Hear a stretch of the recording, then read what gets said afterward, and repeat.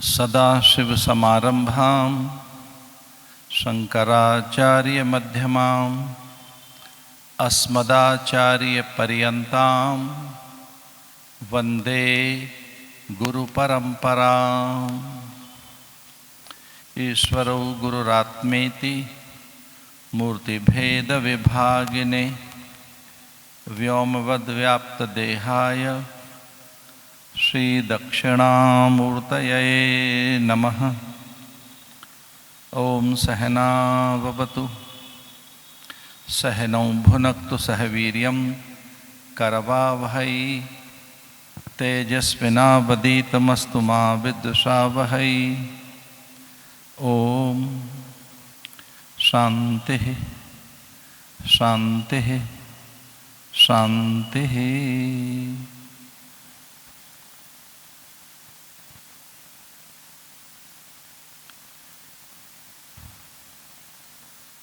कल्याणी भगवती भागीरथी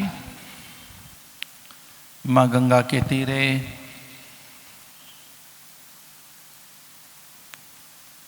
भगवान मृत्युंजय पारदेश्वर और दत्त के पावन दिव्य चिन्मय सानिध्य में मृत्युंजय मंडपम भगवान के उत्सव परिसर में शारदीय नवरात्र के इस पावन अवसर पर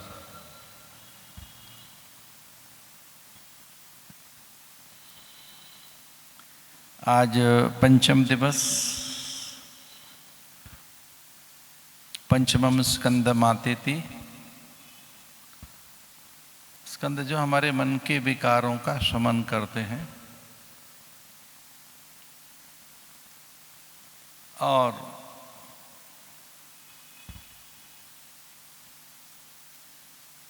वह जगदम्बा जो हमारे अंतर हृदय में स्थित है वह भक्त को आकर्षित कर उसे परम पुरुषार्थ की ओर प्रेरित करती है, उसे परमार्थ की ओर प्रेरित करती है।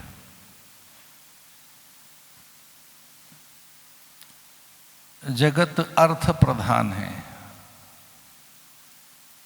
यह स्थूल जगत, यह लौकिक जगत अर्थ प्रधान है और ये जगत हमें प्राप्त हो।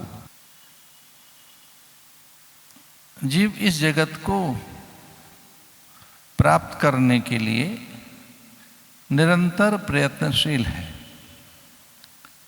आत्यांतिक दुख की निवृत्ति और सुख प्राप्ति ही तो मनुष्य का ध्येय है कि उसे कोई दुख न रहे, जीवन में किसी भी प्रकार का कोई दुख न रहे और उसे सुख मिले, सम्मान मिले, सौंदर्य मिले, स्वास्थ्य मिले। इसके लिए तो आराधना है और देव भी ऐसा ही प्रदान करते हैं। देवता भी तो ऐसा ही प्रदान करते हैं। पराम्बा की साधना में प्रथम दृष्टया ये लौकिक जगत प्राप्त हो जाता है। देवी के लिए ऐसा कहा है कि देवी भोग और योग दोनों प्रदान करती हैं, भुक्ति और मुक्ति। यम यम चिंतयते कामम तम तम प्राप्नोति निश्चितम। देवी की आराधना से अहलौकिक और पारलौकिक दोनों ही सुख प्राप्त होते हैं। इस लोक में भी उन्नति और पारलौकिक सुख अथवा पारलौकिक ऐश्वर्य भी जगदम्बा के कृपा प्रसाद से प्राप्त होता है। उसकी स्तुति में इसी प्रकार की भावनाएं की गई, विशेषकर उनके अर्गला स्तवन में। विद्यावंतम यशस्वंतम लक्ष्मीवंतम जन्म कुरु रूपम देहि जयम देहि यशो देहि दुषो जहि। विदेहि देवी कल्याणम विदेहि परमाम स्वयं। फिर ये भी प्रार्थना की गई कि जगत मिल भी जाए तो जगत तो अधूरा है, अपूर्ण है, अतृप्त रहता है संसार को प्राप्त करके प्राणी। ये पूरा भी जगत मिल जाए तो ये तो अधूरा है, जगत पूरा तो है नहीं, तो पूर्ण वस्तु ही नहीं है ये, तो पूर्णता की अनुभूति कैसे होगी? क्योंकि जगत तो सत्य नहीं है, नित्य बदलता है, तो फिर तृप्ति भी कैसे होगी? प्रार्थनाएं तो इसी प्रकार की गई कि जय मिले, रूप मिले, रूपम देहि जयम देहि यशो देहि दुशो जहि, रूपोसी रूपोमयी देहि, मन्युरसी मन्युमयी देहि, तेजोसी तेजोमयी देहि, बलमसी बलमयी देहि इत्यादि, कि मुझे बल, शक्ति, सामर्थ्य, रूप, सौंदर्य मिले, शत्रु मेरे पराजित हों। अब शत्रु में भी शत्रुओं की जब गणना की तो पता लगा कि अज्ञानी बड़ा शत्रु है, हमारे भीतर अज्ञान ही हमारा बड़ा शत्रु है। अन्य शत्रु तो उतना अहित हमारा नहीं करते, उनसे कदाचित हमारी बड़ी हानि नहीं होती, जितनी बड़ी हानि हमारे अज्ञान के कारण ही होती है। अविवेक, अविचार, अथवा तो हमारी दुर्बलताओं के द्वारा, या हमारी विषयासक्ति, अहमता, ममता, हमारे भीतर जो विषयासक्ति है, कामासक्त हैं हम, जगत के प्रति आसक्त हैं, जगत माने काम, तो ऐसा प्राणी प्राय दुख को ही प्राप्त होता है। तो यहाँ के प्राणी को स्वार्थी कहा गया कि यहाँ स्वार्थ में जीते हैं लोग। यहाँ के प्राणियों का एक नाम और है, स्वार्थी, कि अपने हित में ही लगे रहते हैं। और स्वार्थियों की भी संज्ञा में देवताओं तक स्वार्थी बता दिए गए कि देवता भी स्वार्थी ही हैं। सुर नर मुन जन सबई की रीति, स्वार्थ लाग करई सब प्रीति। तो स्वार्थ में भी यहां तक बताया कि देवगण भी बड़े स्वार्थी हैं। यज्ञ आदि करने के बाद स्वर्ग की प्राप्ति होगी, ये स्वार्थी तो हुआ कि हमें स्वार्थ माने हमें जगत की प्राप्ति होगी, अथवा परलोक की या स्वर्ग की प्राप्ति होगी, वहाँ कल्प वृक्ष है, कामधेनु है इत्यादि, ये सब वहाँ है। तो ये जगत अर्थ प्रधान है, जगत में अर्थ ही अर्थ है। यद्यपि एक बड़ी सामान्य सी बात हम कह रहे थे कि इंग्लिश में धरती को भी अर्थ ही कहते हैं। इंग्लिश में धरती का नाम क्या है? अर्थ। तो धरती पर जितना कुछ है अर्थ है, वो अर्थ प्रधान है। यद्यपि सामान्य बात कही हमने समझाने की दृष्टि से। अब अर्थ में भी हमारे शास्त्र कहते हैं जल भी अर्थ है, अग्नि भी अर्थ है। अर्थ कहते हैं संपदा को, अर्थ कहते हैं धन को, अर्थ कहते हैं उस निधि को जिससे लाभ होता है। तो पानी भी तो बेच रहे हैं ना लोग, धरती भी है ना, वो एक प्रकार का अर्थ, उससे अर्थ की प्राप्ति हो रही है। अर्थ की लौकिक, और अर्थ के पीछे ही भागना, इसको शास्त्र में अनर्थ बताया गया है कि हर जगह अर्थ के लिए ही आपकी क्रियाएं हों, इससे अनर्थ है ये। बल्कि यहां तक कहा गया कि इससे व्यर्थ होता है जीवन। वृथा गतम तस्य नरस्य जीवनम, शास्त्र कहता है वृथा, उस व्यक्ति का जीवन व्यर्थ ही गया जो केवल अर्थ के ही पीछे दौड़ता रहा, जिसने ज्ञानार्जन नहीं किया। ज्ञानार्जन करिए तो ज्ञान में आप बहुत कुछ प्राप्त कर लेंगे। ज्ञान आपको परम पुरुषार्थ की ओर ले जाएगा। आओ ध्यान दो, एक अर्थ बताया ना हमने, अर्थ यानी स्वार्थ।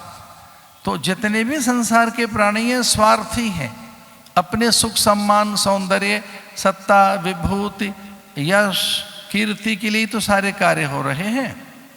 लेकिन अर्थ से परे एक और शब्द है, उसका नाम है परमार्थ। परमार्थ, अब इसमें भी अर्थ जुड़ा है।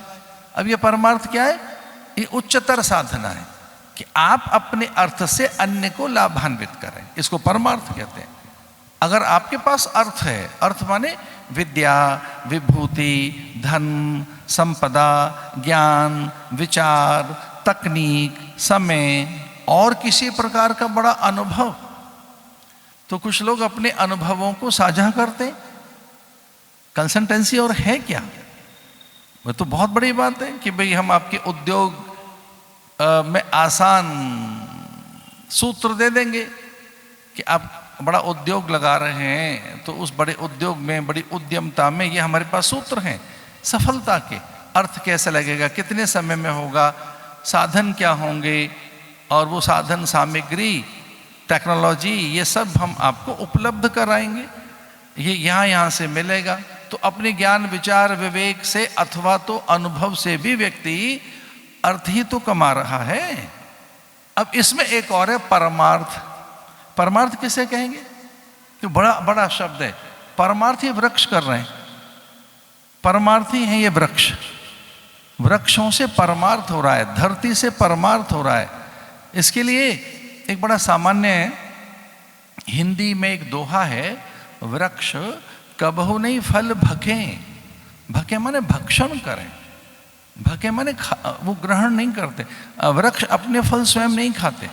वृक्ष कबहु नहीं फल भके, नदी न संचय नीर, परमार्थ के कारणे साधुन धरा शरीर। एक जगह लिखा है, ये साधु क्या है, ये संत क्या है? सो संत भगवान की प्रतिकृति है, भगवान की प्रतिकृति, वो उनके अनुरूप समरूप है, वो उनका ही संकल्प का विस्तार है। इस धरती पर भगवान परमार्थ की प्रेरणा देने के लिए संत का रूप धारण करते हैं। तो संत में जो ज्ञान, विचार, अध्ययन, अनुभव है, वो परमार्थ के लिए। परमार्थ, अब ये परमार्थ क्या है?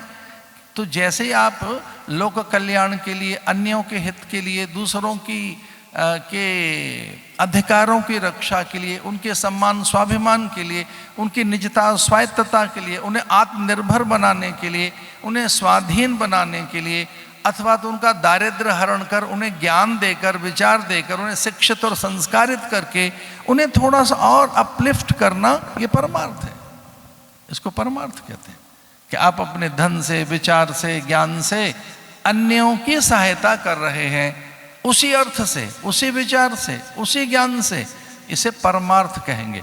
परोपकार पुण्याय पापाय परपीडनम, दूसरों का उपकार कैसे हो, दूसरों को और उच्चता कैसे मिले, दूसरे कैसे स्वाभिमान और सम्मान के साथ जी सकें, दूसरों की चिंताएं कम कैसे हो सकें, और इससे ऊपर की चीज एक और है, वो है पुरुषार्थ। एक शब्द है स्वार्थ, एक है परमार्थ, एक है पुरुषार्थ। अब पुरुषार्थ में भी अर्थ जुड़ा हुआ है, ऐसा नहीं कि पुरुषार्थ भी अर्थ से अछूता है। ये पुरुषार्थ क्या है? देखो, अर्थ में तो अर्थार्जन तो जगत को कमाने का नाम है। हमारे शास्त्र कहते हैं कि मनुष्य 3 काम करे और चौथा ना करे। 3 काम करे मनुष्य, मनुष्य को 3 काम बताएं। पहला कौन सा? अर्थार्जनम। पहले तो वो अर्थ को कमाए, लेकिन बिना ज्ञान के अर्थ कैसे कमा सकता? मनुष्य कहता है मैं तो अर्थ कमाऊंगा, मुझे तो धन मिल जाए, संपदा मिल जाए, उच्च पद मिले, प्रतिष्ठा मिले, मेरे पास बहुत धन होना चाहिए, अर्थ। पर भैया अर्थ बिना ज्ञान के तो मिलेगा ही नहीं। तो पहला काम अर्थ नहीं है, मनुष्य यहां भूल करता है। तो मनुष्य को लगता है पहले अर्थार्जनम, फिर सुखार्जनम। अर्थ आएगा तो सुख आएगा, सम्मान आएगा। ना ना ना, ये मार्ग बिल्कुल विपरीत है। इस मार्ग पर मत चलिए। शास्त्र जो मार्ग बताता है उस पे चलो। शास्त्र क्या कहता है? ज्ञानार्जनम। तो पहले ज्ञानार्जन कीजिए। ज्ञानार्जनम, जब तक आपने ज्ञान अर्जित नहीं किया है, जब तक आपके पास में उन्नत तकनीक का ज्ञान नहीं है, तो जब तक ज्ञान आपके पास नहीं है, और ज्ञान दोनों प्रकार का, अहलौकिक और पारलौकिक, ज्ञान दोनों प्रकार का, यह संसार क्या है और परलोक क्या है, ज्ञान दोनों प्रकार का कि ये है क्या। अभी हमारे आदरणीय कैलाश जी बता रहे थे कि भगवान के 4 प्रकार के भक्त हैं, आर्थ, अर्थार्थी, जिज्ञासु और ज्ञानी। वो कुछ इस प्रकार की बात कह रहे थे। अर्थार्थी, ये अर्थार्थी जो भक्त है ये कौन है? बिना ज्ञान के अर्थ की प्राप्ति नहीं होगी, कभी नहीं होगी। तो पहले बताया ज्ञानार्जनम, तीन त्यक्तीन भुंजी था मां हृदय कस्पित धनम। ज्ञान ये कि सब जगह परमात्मा है, एक भी वस्तु उससे भिन्न नहीं है, एक भी कोना उससे भिन्न नहीं है। सर्वम खलविदम ब्रह्म, सर्वत्र परमात्मा ही है और कोई दूसरी वस्तु इस जगत में है नहीं, अन्य कोई वस्तु नहीं है। धरती, अंबर, अग्नि, जल, वायु, निहारिका, नक्षत्र, प्राण, पवन, प्रकाश, आकाश और स्थावर जंगम जितने भी प्राणी, पंछी, पशु, परिंदे और वनस्पतियां हैं यहाँ, वे सब परमात्मा ही है। ये ज्ञान, ज्ञानार्जनम। ज्ञान के बाद क्या? अर्थार्जनम, फिर अर्थ का अर्जन कीजिए। और मुझे ऐसा लगता है ज्ञान के बाद जैसे ही अर्थ आएगा, विवेक के बाद जैसे ही अर्थ आएगा, उसका ठीक निवेश होने लगेगा, उसको ठीक तरीके से इन्वेस्ट करने लगेंगे आप। निवेश माने इन्वेस्ट। तो जैसे ही आपको ज्ञान आएगा, विवेक आएगा, विचार आएगा, तो आप उसे इन्वेस्ट करने लगेंगे अच्छी जगह। अर्थ की वृद्धि भी हो, अवश्य होनी चाहिए। अर्थ में चातुर्य ये है, आपकी वृद्धि तो हो, अर्थ में विकास तो हो, अर्थ तो कई गुना बने, लेकिन वो अच्छी जगह भी उसका विनियोग हो, निवेश हो, विनियोग हो उसका। बादलों के पास जल है, विनियोग कर रहे हैं, धरती को दे रहे हैं। आकाशात पतितम तोयम, आकाश के पास जल है, जल दे रहा है वो। वहां से ऊर्जा है, ऊर्जा मिल रही है। सूर्य के पास उत्ताप ताप है, वो दे रहा है। चंद्र में शीतलता है और अन्न को पकाने की पौष्टिकता है। सच मानिए, जब तक चंद्र की किरणें अन्न को स्पर्श नहीं करती, धान्य कणों को, तब तक वो पुष्ट नहीं होता। अकेले सूरज की किरणों से ही अन्न नहीं पकता है, चंद्र की किरणों से भी। हम तो प्राचीन, बहुत समय पहले जब सन्यास था, हम आरंभिक हमारे काल में सन्यास जो मेरा था, उसमें गेहूं सुखाते थे रात को भी, धान्य कण छत पे, कि जिसे चंद्रमा की किरणें अन्न को स्पर्श करें। रात को भी सुखाया जाता था धान्य कण, जैसे कि चंद्र की किरणें उसे पुष्ट करें, उनमें पुष्टता आए। न केवल सूर्य में, चंद्र में भी। नक्षत्रों से भी प्रकाश आएगा, नक्षत्रों से चेतना आएगी। तो चंद्र के पास जो है, सूर्य के पास है, जो नक्षत्रों के पास है, जो वृक्षों के पास है, ये परमार्थी है। वृक्ष कबू नहीं फल भके, नदी न संचय नीर, परमार्थ के कारणे साधुन धरा शरीर। साधु का शरीर परमार्थ के लिए होता है। नारद जी भगवान का ही तो रूप है, नारद जी मन है भगवान का। एक बार पूछा लक्ष्मी जी ने कि जी आपके मन में क्या बसा है, मन में क्या चलता रहता है, आपका मन क्या है, आपके मन की रुचि क्या है, आपके मन में भी कुछ है, आपके पास भी मन है। हमारे तो प्रधानमंत्री हर महीने मन की बात करते हैं, दूसरों के हित की बात करते हैं। आपके मन में क्या है? तो उन्होंने धीरे से कहा लक्ष्मी जी को कि मन तो है हमारे पास, पर हमने अपना मन नारद को दे दिया है।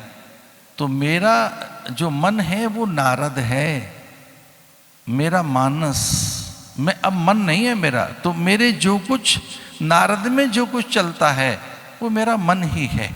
नारद की सारी क्रियाएं कुछ और नहीं है, नारद की संपूर्ण चेष्टाएं मेरा मन है। नारद के द्वारा, नारद माने संत के द्वारा, नारद माने ऋषि मुनियों के द्वारा, नारद माने जो उनके भीतर जो लौकिक पुरुष हैं, ऋषि हैं। और ये तो सत्य ही है कि भगवान से पहले ऋषियों ने जन्म लिया। सनकादिक आदि ने, भगवान से पहले ऋषि उत्पन्न हुए, वशिष्ठ, शक्ति, पाराशर, ये भगवान ने पैदा किए। भगवान को लगा कि पहले संतों को, ऋषि मुनियों को अपने मन से उन्होंने प्रकट किया। वशिष्ठ, शक्ति, पाराशर, व्यास, व्यास से शुक, शुक से गौड़पाद, गौड़पाद से गोविंदपाद, गोविंद पाद से भगवान शंकराचार्य हैं। इस परंपरा में उनको लगा कि पहले मैं इन्हें प्रकट कर दूं, तो भगवान ने अपने मन से ऋषियों को प्रकट करके ऋषियों को पैदा किया। भगवान ने वशिष्ठ और शक्ति पाराशर, ये देखिए नारद आदि सनकादिक जो हैं वो भगवान का मन ही है। तो एक तो है स्वार्थ, और ये स्वार्थ तो सब में है, बिना स्वार्थ के कोई नहीं है। सुर नर मुनि जन, ऐसा संत कहते हैं कि ये स्वार्थी कौन कौन है? सुर भी स्वार्थी हैं। सुर माने देवता, सुर नर, नर माने हम सब, मुनि जन और सारे मुनि भी, ये मुनिगण भी स्वार्थी हैं। सुर नर मुनि जन सभी की रीति, स्वार्थ लाग करें सब प्रीति। ये तो लौकिक चीजें हैं, लेकिन पुरुषार्थ क्या है? पुरुषार्थ है परम पुरुष की प्राप्ति, इसे पुरुषार्थ कहते हैं। तो जो पुरुषार्थ है उसके लिए देह मिली है। शरीर माध्यम खलु धर्म साधनम, तो ये शरीर जो मनुष्य का हमको मिला है, खलु धर्म साधनम, वो धर्म साधन के लिए है। और ये कभी गुरुओं से पूछो, देखिए इसमें संकोच मत करना कभी, वो तो तभी रहस्य बताएंगे कि जी हमको सीक्रेट बता दीजिए कि किस रास्ते पे चलें। अगर वो वैदिक मार्ग बता दें आपको तो उस पर श्रम कम है, संघर्ष नहीं है, वहाँ चिंताएं नहीं है और ईज है वो मार्ग। सच मानिए, जो वैदिक मार्ग है that is very easy and there is no struggle, and वहाँ सक्सेस सुनिश्चित है। क्योंकि आजकल ये दो चार चीज़ें ऐसी पीछे लगी हैं, विशेषकर युवाओं के, जो भारत का या पूरा कहीं का जो यूथ है उसके पीछे ये बातें लगी हुई हैं। एक तो कैरियर बनाओ, हमारा कैरियर बनना चाहिए, वह बहुत अच्छी बात है। एंड देन कैरियर बनेगा तो प्रोग्रेस होगी, प्रोग्रेस, और लाइफ में प्रोग्रेस होनी चाहिए। कैरियर हो, फिर प्रोग्रेस हो, और फिर कोई उद्यम बना लिया, अपने को उद्योग लगा लिया है, कुछ काम कर रहे हो तो फिर उसमें ग्रोथ होनी चाहिए। सो ग्रोथ एंड प्रोग्रेस, ये दोनों चीज़ें अलग अलग हैं। कोई ग्रोथ अलग चीज़ है, प्रोग्रेस अलग है। एंड देन सक्सेस, कि लाइफ में तो सक्सेस आनी चाहिए, सक्सेस कहाँ है? तो ये जो वैदिक मार्ग है वो ट्रस्टवर्दी मार्ग है, वो बड़ा ऐसा है जिसमें सफलता निश्चित है, जय निश्चित है। नारायणम नमस्कृत्य नरं चैव नरोत्तमं देवीं सरस्वतीं व्यासं ततो जय मुदीरयेत्। हमारे यहाँ जो महाभारत नाम का ग्रंथ है ये विजय ग्रंथ है, ये जय का ग्रंथ है। इसमें हर आदमी जीतना चाहता है। महाभारत में जितने भी पात्र हैं वो जीत लेना चाहते हैं एक दूसरे को, यद्यपि तो हम सारे ही विजय चाहते हैं। ऐसा तो है नहीं कि हम हार जाना चाहते। पर चलो महाभारत को एक रूपक बनाकर मैं ये बताना चाह रहा था कि वहाँ सारे ही पात्र विजय चाहते हैं, और विजय में वो प्रूव करना चाहते हैं अपनी शक्ति, सामर्थ्य, अपना कौशल।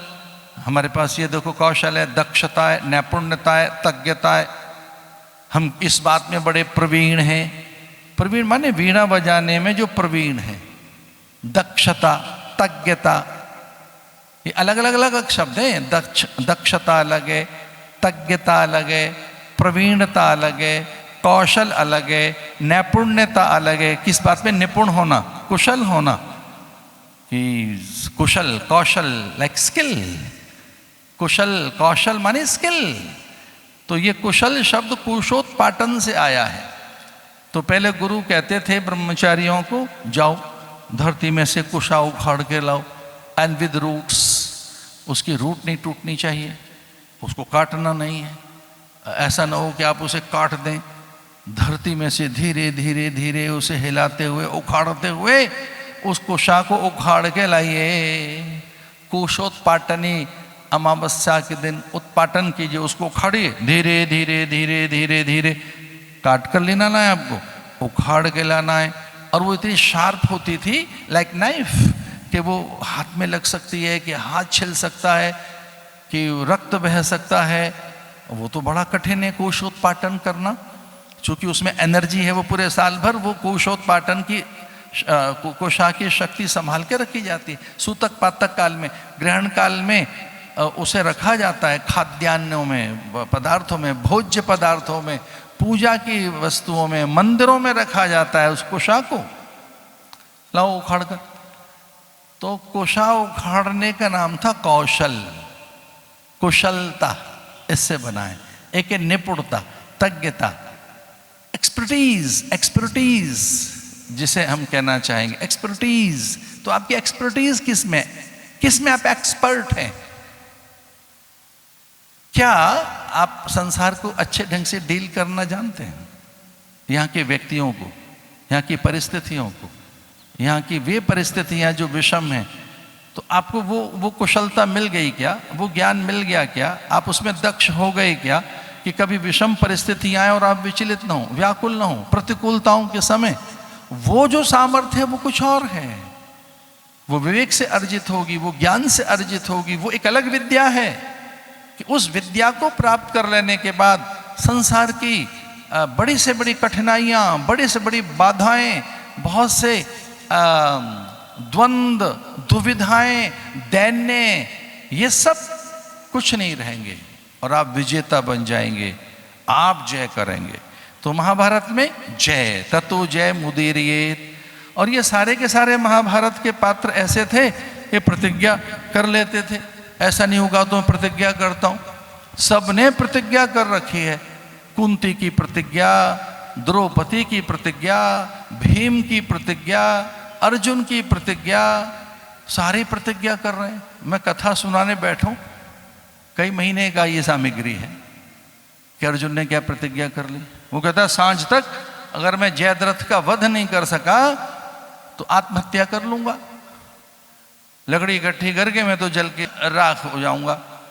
बाद में भगवान ने कहा जब सारा मेरे से पूछ के काम करता है, तू मेरी बिना योजना के नहीं चलता, तो ये मुझसे तो पूछ लेता, ये क्या प्रतिज्ञा कर ली है कि जब तक मैं जयद्रथ का वध नहीं कर लूंगा, उस व्यक्ति का जिसने मेरे पुत्र की हत्या की है, उसमें चक्रव्यूह में मेरे पुत्र को छल करके मारा है दुर्योधन आदि ने, लेकिन वो जो रचना, षड्यंत्र रचा, मेरे पुत्र का वध किया जयद्रथ ने, मैं उसका वध कर दूंगा। मैं दिखाता हूं मैं योद्धा हूं, ऐसे चक्रव्यूह तो 1000 में जीत सकता हूं, मुझमें अजेय सामर्थ्य, अतुल्य सामर्थ्य है, मैं क्या नहीं हूं, मैं अकेला ही काफी हूं। और जैसे ही सूर्यास्त होगा तब तक मैं इसका वध कर दूंगा, और नहीं हुआ तो मैं अपने प्राण दे दूंगा। ये प्रतिज्ञा कर ली, और ये प्रतिज्ञा उसने सबको बता दी। उधर शत्रुओं ने उसे छुपा लिया, कौरवों ने कहा भाई छुप के रहो, उसको घेर के रख रहे थे, युद्ध भी कर रहा था लेकिन वो चारों तरफ से घेर लेते थे वो, कि ये तो बहुत अच्छी बात हो गई। तो उसकी पूरी उनकी व्यूह रचना, युद्ध की रचना उन्होंने ऐसी की कि उसको छुपा के रखा। वो तो भगवान को ऐसा लगा कि कहीं अर्जुन की ऐसा न कर ले वो, और ये बड़ा कठिन उसने व्रत ले लिया, प्रतिज्ञा ले ली, मेरे से बिना पूछे शपथ और सौगंध खाए बैठा है। तो भगवान ने कुछ प्रकृति में इस प्रकार का खेल किया कि अपराह्न काल में मध्याह्न संध्या जैसी होने लगी, सूर्य जैसे छुप गया है, बादलों में ढक गया है, अचानक बादल आ गए और लगा के संध्या हो गई, सूर्य छिप गया। और सूर्य छिप गया तो वो आ गया शत्रु सामने। जयद्रथ ने कहा कि भाई सूर्य छिप गया है अब तो, और तू मेरा वध कर नहीं पाया, तो तू भी इकट्ठी कर लकड़ियां और मैं भी तेरा सहयोग करता हूं, और भाई अब तुमको तो लकड़ियों में बैठना है, जलना है, मरना है। तो निकट आ गया वो और उपहास करने लगा, अपवचन दुर्वचन बोलने लगा, मर्म वचन बोलने लगा, बहुत अधिक लज्जित करने लगा अर्जुन को कि भैया अपनी प्रतिज्ञा की पूर्ति कर, आप धर्मात्मा है, पुण्यात्मा है, वचन मिथ्या नहीं होने चाहिए आपके, इकट्ठी करो लकड़ियां। और सहसा अचानक ही भगवान ने माया रच दी और सूरज निकल आया, बादल छट गए, और जब बादल छट गए सूरज निकल आया तो वो तो सामने ही था जयद्रथ। और भगवान ने कहा भाई सूरज तो निकल आया, मरना किस लिए है। और फिर वो युद्ध के लिए तत्पर हुए, युद्ध हुआ और अर्जुन ने जयद्रथ का वध कर दिया, जयद्रथ का वध हो गया। कुंती की अलग प्रतिज्ञा है, द्रौपदी की अलग प्रतिज्ञा है, मैं बाल तब तक नहीं बांधूंगी वैणी बंधन जब तक कि दुशासन की छाती का लहू से मैं अपने बाल नहीं सींच लूंगी। भीम की प्रतिज्ञा में पानी नहीं पीऊंगा भर पेट, आधा पानी पीऊंगा जब तक इसकी मैं हत्या नहीं कर दूंगा। ऐसे हर एक आदमी ने प्रतिज्ञा की है, प्रत्येक पात्र की प्रतिज्ञा है। और तो और भगवान ने प्रतिज्ञा कर ली, ये सारे ही कर रहे थे कि मैं तो अस्त्र नहीं उठाऊंगा, युद्ध के मैदान में मैं अस्त्र नहीं उठाऊंगा। भगवान ने कहा मेरी भी प्रतिज्ञा है। और वो तो भीष्म ने स्तुति आदि की। भगवान जब रथ का दौड़ने लगे तो गिर पड़े उनके चरणों में कि कमाल करते हैं आप, आश्चर्य तो देखो कि अपने पांडवों के लिए, अपने प्रिय भक्तों के लिए अपना वचन ही तोड़ रहे हैं। अपना मान भले टल जाए, भक्त का मान न टलते देखा। तो ये क्या है? क्यों कर रहे हैं हम प्रतिज्ञा? क्यों टारगेट सेट कर रहे हैं? क्यों हम बड़े बड़े लक्ष्य सेट कर रहे हैं? किसके लिए? जगत के लिए। जगत के लिए एक अलग जगत है, एक और भी अलग है। 20 साल के बाद क्या कहानी होगी आपकी, 25 साल के बाद क्या पिक्चर बनेगी आपकी, उसके बाद क्या है? तो विवेकी वो है, दूरदर्शी वो है जो उधर की भी सोचता है। हाँ, ये जय करो, संसार को जीतो या प्रूव करो, ये जरूर या विनर बनिए, जरूर संसार को जीतें। लेकिन एक अलौकिक भी जय है, उसे कहेंगे पुरुषार्थ। पुरुष की प्राप्ति का नाम पुरुषार्थ है। परम पुरुष को पा लेने का नाम पुरुषार्थ है। पुरुषार्थ माने पसीने बहाने का नाम पुरुषार्थ नहीं है। परम पुरुष की प्राप्ति का नाम पुरुषार्थ है। और वो पराशक्तियों से प्राप्त होता है। जो पराशक्ति है वही पुरुषार्थ में सहायक बनती है, पराशक्ति। और ये वाणी भी 4 प्रकार की है। एक परा, पश्यंती, मध्यमा, वैखरी। जो लुढ़क लुढ़क कर मेरी जिह्वा पर शब्द आकर बाहर जा रहे हैं, मेरे ओठों को छूते हुए और मेरे कंठकूप से निकलते हुए, ये जो है ये मध्यमा वाणी, यहाँ तक जो आती है मध्यमा। और नाभि से लेके यहाँ तक वाणी ये पश्यंती। और नाभि से नीचे भी जो स्रोत है मूलाधार, वो है परा। परा परा पश्यंती, मध्यमा और वैखरी। ये बड़ा साधन है। भगवान ने हमको बहुत बड़ी ताकत दी है, बड़ी शक्ति दी है बोलने की। ये जो वाक है, वाक शक्ति ये परमात्मा की है। और इससे भी ये बड़ा पुरुषार्थ होता है। वाक से, वाचा शक्ति से बड़ा पुरुषार्थ होता है। तो मैंने कहा अर्थ, और अर्थ में क्या क्या है? धरती, अंबर, अग्नि, जलवायु, ये सब अर्थ है। इसी के लिए, इसको पाने के लिए अर्थार्थी, इसी के संग्रह के लिए अर्थार्थी लगे रहते हैं। एक बड़ी विनोद की बात बता रहे हैं। रामकृष्ण परमहंस के शिष्य स्वामी विवेकानंद ऐसा कहते हैं, कुछ जमशेदपुर के लोग, कि वो मिले उनको, जमशेद जी टाटा, जमशेद जी मिले उनको। और उन्होंने कहा कि कोई सूत्र बताइए मेरे लिए। तो विवेकानंद जी ने विनोद में कहा कि हमारे गुरु एक बात कहते थे, टाका माटी, माटी टाका, टाका माटी, माटी टाका। विनोद में विवेकानंद जी ने कहा मेरे गुरु का तो यही सूत्र है, टका माटी, माटी टका। तो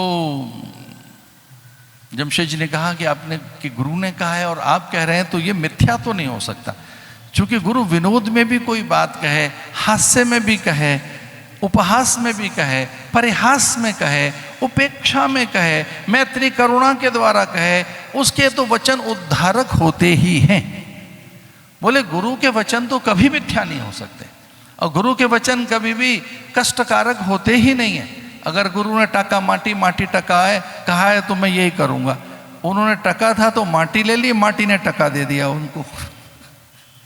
इफ यू हैव टका बाय माटी, माटी गिव यू टका। विनोद की बात है कि अगर आपके पास में टाका माटी, ये टाका कहते हैं बंगाली भाषा में पैसे, टका, पैसे का नाम टका ही है। मां रुपए को टका कहते हैं, धन को टका कहते हैं। टका माटी, देखिए हम क्या अर्जित कर रहे हैं? अर्थ, अर्थ को अर्जित कर रहे हैं। और ये ज्ञान के बिना अगर अर्थ का अर्जन करोगे तो व्यर्थ हो सकता है, अनर्थ हो सकता है, अकारत हो सकता है, क्योंकि वो स्वार्थ की ओर लेकर जाएगा, परमार्थ की ओर नहीं ले जाएगा, और वो परम पुरुषार्थ का कारण नहीं बनेगा। इसलिए हमारे यहाँ 4 पुरुषार्थ बताए गए, धर्म, अर्थ, काम, मोक्ष। अभी कैलाश जी चाणक्य की कोई बात कह रहे थे, तो चाणक्य ने धर्म को पहले नहीं कहा है, अर्थ को कहा है। अकेला एक चाणक्य ऐसा है जिसने धर्म, अर्थ, काम, मोक्ष इस थ्योरी से डिफर एक बात कही। चाणक्य ने कहा, कौटिल्य का जो अर्थशास्त्र है वो कहता है जो अर्थ है इसे समझो क्या है। और इसको हमारे उपनिषदों ने भी कहा है कि शरीर भी अर्थ है, ये भी साधन है, ये भी धन है, ये पूरा पैसा है। ऐसा नहीं है जब सारा हार गया युधिष्ठिर और उसे लगा कि अब तो कुछ है ही नहीं जुआ में दांव पे लगाने के लिए, तो विनोद हंसने लगे कि भाई अब क्या दांव पे लगाओगे, कुछ तो बचा नहीं। तो उन्होंने कहा हाँ मेरा भाई बचा है, भाई को दांव पे लगाता हूँ, ये भी अर्थ है। दूसरे भाई को दांव पे, तीसरे भाई को दांव पे लगाया, और उसने कहा कि हारता गया, द्रौपदी को दांव पे लगाता हूँ। तो उन्होंने कहा कि अरे मूर्खों, ये कर क्या रहा है आपका भाई, और आप चुप बैठे हैं। अब ये नहीं कह रहे हैं कि ये अनर्थ कर रहा है, ये आपको दांव पे लगाकर आपको दास बना बैठा। भीम को उपहास करते हुए दुर्योधन ने कहा, अरे भीम, तेरे नेत्रों को देखकर मैं भयभीत होता रहा हूं, तुझे देखकर मुझे क्या भय लगता है, मुझे ज्वर जैसा आ जाता है, मैं तेरा सामना नहीं कर सकता, मेरे दांत कंपित होने लगते हैं, तुझे देखकर मुझे भयानक भय लगता है। और आज जिस व्यक्ति को देखकर मुझे भय लगता था मेरा दास बना बैठा है, अब तू मेरा दास है, मैंने तुझे जीत लिया है। वो तो मैंने कम से कम अपना भय तो भगा ही दिया, कि जिससे मैं डरता था वो देखो मेरा दास बना बैठा है। पर मेरा प्रश्न ये है कि तू मूर्ख है, तेरा भाई तुझे दांव पे लगा बैठा और तू कुछ नहीं कह रहा है। तो भीम ने कहा ये तो नहीं, अर्जुन ने कहा कि ये तो नहीं बोलेगा मेरा भाई, क्योंकि अगर ये बोलेगा तेरा मस्तक फट जाएगा, ये कुछ ऐसी बात कह देगा। पर ये क्या कहना चाहता है, तू उससे क्या प्रश्न करना चाहता है, उसका उत्तर मेरे पास है। तू मेरे भाई से मत पूछ, मैं इसका उत्तर दूंगा। तो दुर्योधन ने कहा चल तू उत्तर दे, तुम दास बनकर बैठे हो मेरे, धरती का सबसे बड़ा धनुर्धर मेरा दास, नकुल सहदेव भीम मेरे दास बनकर बैठे, उत्तर दो। तो उसने कहा हमारा भाई स्वप्न में भी अधर्म नहीं कर सकता, सपने में भी गलत काम नहीं कर सकता हमारा भाई, ये तो परीक्षा है हमारे धर्म की। भाई ने हमको दांव पे लगाया है, ये हमारी परीक्षा है, हम इसके अनुगत हैं, क्योंकि हमारा भाई स्वप्न में भी अपकर्म नहीं कर सकता। जुआ खेलने वाले भाई का भी साथ दे रहे हैं वो। So understanding is a wealth. ध्यान से सुनो, ध्यान से सुनो, परिवार की एकता भी धन है। कई बार परिवार में एकता नहीं होती, पैसा होता है। कई बार पति पत्नी वो होते हैं इंडिफरेंट, अलग अलग दिशाएं, एक मत नहीं है। इसलिए पत्नी को मांगते हुए ये कहा, जगदम्बा से ऋषि ने पत्नी मांगी और कहा पत्नी मनोरमाम देहि मनोवृत्तानुसारणीम तारणीम दुर्ग संसार सागर से कुलोद्भवाम। परांबा मुझे ऐसी पत्नी देना, चूंकि पत्नी धन है, पत्नी संपदा है, पत्नी तारिका है, तारणी है, पत्नी है जो तारण कर देगी, धर्म की सिद्धि कर देगी। पत्नी भाग्य है, मनुष्य का भाग्य उसकी पत्नी है। मनुष्य कितना भाग्यवान है उसकी पत्नी को देख लो कि सचमुच में भाग्यवान है या भैया कुछ और चल रहा है। पत्नी उसका भाग्य, शास्त्र कहते हैं भाग्य।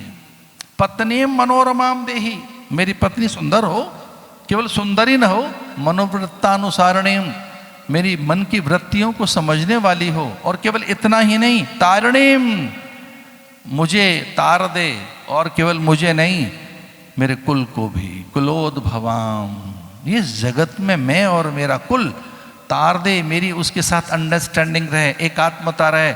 मैं और मेरी पत्नी दो तन एक मन बन कर रहे हैं, मैं और मेरी पत्नी दो तन और एक संकल्प, एक विचार और एक ही रहे, हम दो न हो।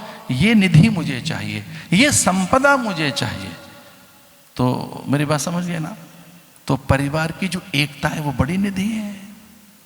परिवार में धन तो आ गया, सम्मान भी आ गया। परिवार एक बहुत बड़ी चीज है, परिवार तीर्थ है, परिवार बहुत बड़ी संपदा है। और आप में और आपकी पत्नी, आपके बच्चों में और आपके माता पिता और आपकी संतति में ऐक्य नहीं है, एकात्मता नहीं है। So this is not wealth. इस वेल्थ की वो उसने कहा, मेरी पत्नी को मैं अपनी पत्नी को दांव पे लगाता हूं, लगा दी दांव पे। कौन? द्रौपदी। और द्रौपदी मेरा धन है, ये मेरा भाग्य है, ये मेरे पुण्य है। द्रौपदी ने कुछ नहीं कहा। परलोक हमें वो जीतना, हमें परम पुरुषार्थ की प्राप्ति करनी है। कृष्ण रूठ जाएगा, हमारे जीवन से बाहर चला जाएगा। अरे थोड़ा सा संघर्ष है, कुछ देर का कष्ट है, तनिक सी कोई बात है, कृष्ण हमारे साथ है और ईश्वर हमारे साथ है। हमने उसे कमाया है, उसे कमाया है। कभी कभी आप दूसरे का विश्वास कमा लेते हैं। अर्जन मानी आपके वेल्थ क्या कमाई आपने? दूसरे का विश्वास भी, समाज का विश्वास। एक आपको आश्चर्य की बात बता रहा हूँ। घर के कुल देवता, ग्राम देवता, स्थान देवता, वास्तु देवता और हमारे घर के जो देव हैं, हमारे इष्ट देव हैं, वो हम पर भरोसा करते हैं कि किसी भी परिस्थिति में ये व्यक्ति प्रतिकूल नहीं होगा। ये मैं आपको भीतर की बात बता रहा हूँ। अगर आप इष्ट देवता, कुल देवता, ग्राम देवता, क्षेत्रपाल देवता इत्यादि अपने अगर आप देवगणों के अनुसार चल रहे हैं, अनुगमन कर रहे हैं, प्रकृति के नियमों का कभी निर्वहन नहीं कर रहे हैं, तो देवगण आपकी सहायता करेंगे। पूछा शकुनी ने क्या कमाया? आपने तो सब कुछ खो दिया, आपने कमाया क्या? तो पांचों भाई कहने लगे हमने कृष्ण को कमाया है, हमें कृष्ण जीत लिया, कृष्ण हमारे साथ है, वो हमारे साथ है, परम पुरुषार्थ। मैंने कहा पूरी धरती पर जो कुछ है वो संपदा है, पूरी धरती पर ये है अर्थ, लेकिन एक है परमार्थ और उससे बड़ा क्या है? पुरुषार्थ। तो पुरुषार्थ में पहला धर्म है, दूसरा अर्थ है, तीसरा काम है और चौथा मोक्ष है, यानी परमात्मा है। काम तो आपको संतुलित करनी आए, अपनी डिजायर्स आपको कर्टेल करनी आए, आपको अपनी कामना वासना स्पृहा और ऐषणाओं का नियंत्रण भी करना है। अब आपको विराम चिन्ह लगाने आए, आपको टारगेट सेट करना आए, इसे कहेंगे काम। एक है बड़ा विषय है, कभी इस पर आराम से बात करेंगे कि मनुष्य अपनी कामनाओं को समझ ले, वासनाओं को, स्पृहाओं को, अगर वो उसको उन पर नियंत्रण करना आता है तो फिर उससे ही परम पुरुषार्थ की सिद्धि होती है। पराम्बा के इस मंत्र में एक अद्भुत बात आई, विदेही देवी कल्याणम विदेही परमाम श्रियम। हाँ माँ, मुझे रूप देना, धन देना, यश देना, संपदा देना, शक्ति देना, राज्य देना, एक एम्पायर खड़ा हो मेरा और मैं पूरे संसार का स्वामी बन जाऊं, लेकिन परमा विदेही देवी कल्याणम विदेही परमाम श्रेयम, मैं श्रेयस के पथ को न त्याग सकूं। तो मेरे पास सत्य हो, मेरे पास में विवेक हो, धर्म हो, उसी से लक्ष्मी का अनुगमन होता है। एक जो ट्रूथफुलनेस है, जो सत्य है, बहुत बड़ी ताकत है। सत्य बहुत बड़ी ताकत है। सत्य सागर जैसा गहरा है पर खारी नहीं है। सत्य आकाश जितना व्यापक है पर इतना ऊंचा नहीं है कि छू न सके। सत्य सूर्य जैसा है पर वैसा नहीं कि सूर्य में दाहकता है। सत्य चंद्र जैसा है पर चंदा जैसा ऐसा नहीं घटता बढ़ता रहता है। सत्य परमात्मा है और वो पहले आपके मन बुद्धि चित्त चेतना में आए, आपके व्यवहार अभ्यास में आए, और जैसे ही सत्य आपके अभ्यास में आएगा यही परम पुरुषार्थ है। मेरे साथ मिलकर बोलो, सत्यानुसारिणी लक्ष्मी, सत्यानुसारिणी लक्ष्मी, सत्यानुसारिणी लक्ष्मी। सत्यानुसारणी लक्ष्मी। सत्य का अनुसरण करने वाले सत्यनिष्ठ व्यक्ति के पीछे पीछे पीछे चलती है लक्ष्मी, पीछे पीछे चलता है देवमंडल, पीछे पीछे सिद्ध चलते हैं और परमात्मा, क्योंकि वो सत्य है। तो परम पुरुषार्थ क्या है? बोलो सत्य। सत्यव्रतम सत्य परम त्रिसत्यम, सत्य से योनि निहितम च सत्य। जब आए ब्रह्मा जी मथुरा में देवकी के गर्भ की वंदना करने के लिए, तो कहा भाई तू सच है और कुछ नहीं है, तेरे शरण में हूं मैं। तो जो सत्य की शरण में और सत्य का वर्ण करता है, सत्य जिसकी जिह्वा पे रहता है, सत्य का जो आचरण करता है, उसी के अनुगत लक्ष्मी और आप हो जाते हैं। सत्यानुसारणी लक्ष्मी। अच्छा, जिनको लक्ष्मी की जरूरत हो, लक्ष्मी माने वैभव की, सब प्रकार की अनुकूलताओं की, वो एक साधन कर ले। एक ही करना है साधन। बोलो सत्यानुसारणी लक्ष्मी ही। अरे सत्य का अनुसरण करो, सत्य बोलो, सत्य, सत्यनिष्ठ रहिए, परम पुरुषार्थ है। तो सत्य कौन है? परमात्मा। सत्य माने सच्चिदानंद, सत्य माने सत्यनारायण। और ये सत्यनारायण का जिसने व्रत किया, भगवान उनके जीवन में आ गए। लीलावती कलावती ने बहुत देर में किया, फिर उनके पिताजी और उन्होंने जामाता ने और देर में किया, पर किया। एक लकड़हारे ने किया, हाँ किया। एक साधु नाम के वैश्य से भी हो गया, और एक कोई ब्राह्मण था उससे भी हो गया। ये जो है चारों वर्णों ने मिलकर सत्य का व्रत किया। अब बड़ा महत्व, बड़ा अद्भुत है सत्यनारायण व्रत कथा का। किसी भी दिन किया जा सकता है, हर दिन किया जा सकता है, हर दिन उसके लिए शुभ है, अच्छे हैं। मूर्ति किसकी बनाए? बोले मूर्ति भगवान का ही ध्यान कीजिए। प्रसाद क्या बनाए? बोले प्रसाद में कुछ ना हो, कंदमूल फल रख लो, ये ना हो तो आटा भून लीजिए, कुछ नहीं है तो पंचामृत रख लीजिए। कि जी ये कुछ है नहीं हमारे पास, तो भैया तुलसी दल रख लीजिए, तुलसी दल ही बांट दीजिए सत्यनारायण व्रत कथा में। तो किसकी कथा? क्या कथा? सत्य की कथा, सत्य के वर्ण करने की कथा।